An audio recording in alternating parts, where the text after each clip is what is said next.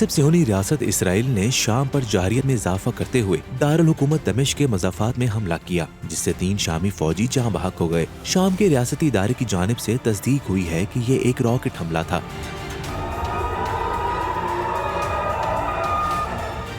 शामी सरकारी टीवी विसाना का कहना है कि इसराइल की जानिब से शाम पर जहरियत का सिलसिला जारी है और गुज़िश्ता कई रोज से सिहोनी रियासत शाम पर मुसलसल फिजाई और रॉकेट हमले कर रही है। वाज़ेह रहे गुज़िश्ता रोज गासिब सिहोनी रियासत ने शामी इलाके कनीतरा पर भी हमला किया था। इसराइल फलस्तीन और शाम में मुसलसल इंसानी हुकूक की खिलाफ वर्जियाँ कर रहा है और तमाम बैनुल अक़वामी इदारे इसकी मजम्मत भी करते हैं, लेकिन इसके बावजूद मजलूमीन को इस जुल्म से निजात देने के लिए कोई ठोस इक़दाम नहीं किया जाता।